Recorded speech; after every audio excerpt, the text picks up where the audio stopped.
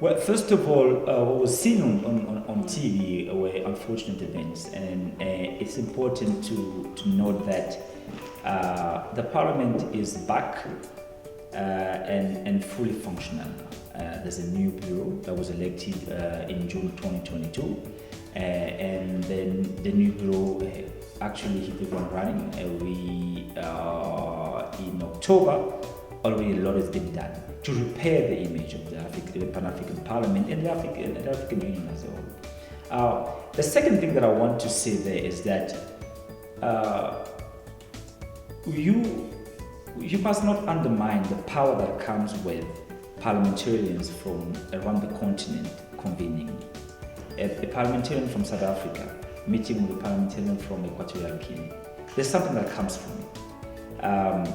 What this current parliament does is model laws, right? From that, for instance, we have a model law on disability, for instance. That model law comes from the experience shared between these parliamentarians.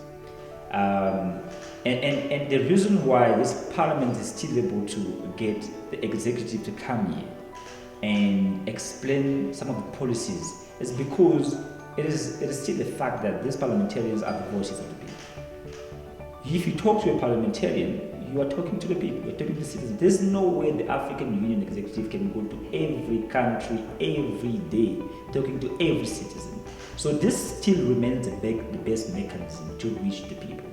Now, I also need to perhaps, I will agree with a lot of the concerns. Of course, when you have a parliament that doesn't make laws specifically, it suffers from lack of visibility. Because if this parliament took made a law, let's say on presidential term limit, and said this will apply to all the countries, this will be news.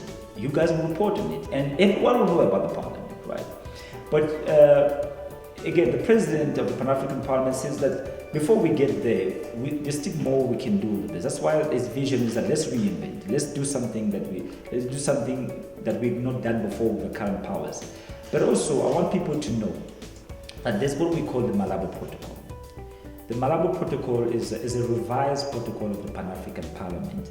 It was revised in 2014 in Equatorial Guinea. That protocol, once ratified, gives the full legislative powers to the Pan-African Parliament. In order for that protocol to be ratified, and in order for that protocol to enter into force, it has to be ratified by at least 28 member states of the African Union. Right now, we have 14 ratifications. So one of the priorities of this parliament is to make sure that member states ratify this protocol, because that gives more powers to parliament. Then it addresses more concerns. Then it gives people the opportunity to see this parliament in a position that really allows it to do the work that it's supposed to do. The parliament is 18 years now, 18 years old. Of course, after 18 years, you should be doing a lot of things that perhaps I can understand why people are impatient.